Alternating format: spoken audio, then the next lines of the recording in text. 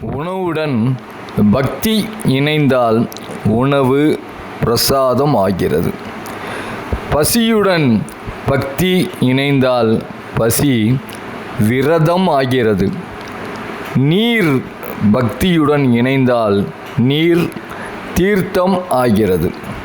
இசை பக்தியுடன் இணைந்தால் இசை கீர்த்தனை ஆகிறது.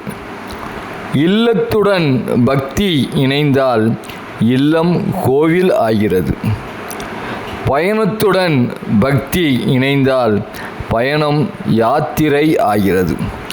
மனிதன் பக்தியுடன் இணைந்தால் மனிதன் பக்தன் ஆகின்றான். பக்தன் இறைவனுடன் இணைந்தால் பக்தன் முக்தன் ஆகிறான்.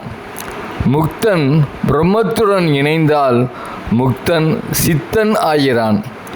சித்தன் பேரன்புடன் இணைந்தால் சித்தனே இறைவன் ஆகிறான். இறைமையின் ஊற்றுக்கண் அன்பு. அன்பே சிவம், பேரன்பே சிவம்.